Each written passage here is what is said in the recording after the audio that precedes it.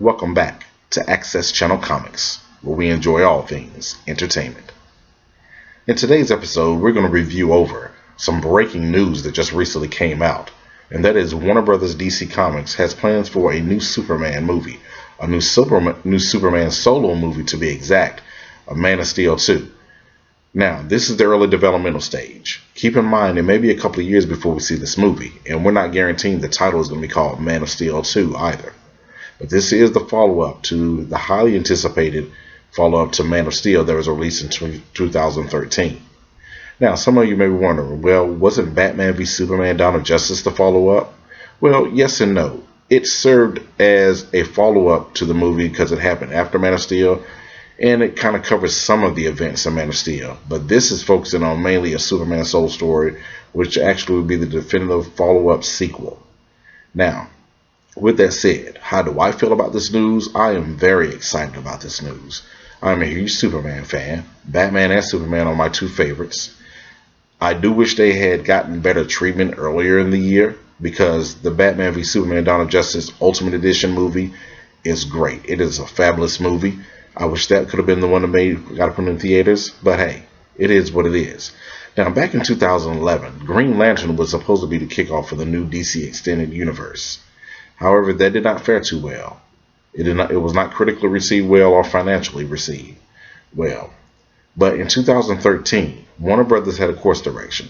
How about we start off with DC Comics' first superhero, a superhero of all superheroes, Superman. So that is what happened. So that is fitting.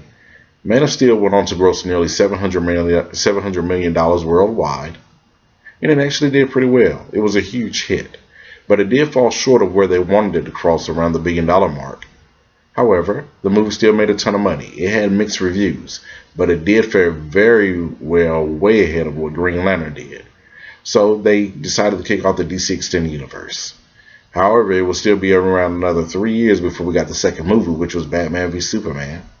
And now we recently got Suicide Squad. So the universe is going, and there is room for improvement.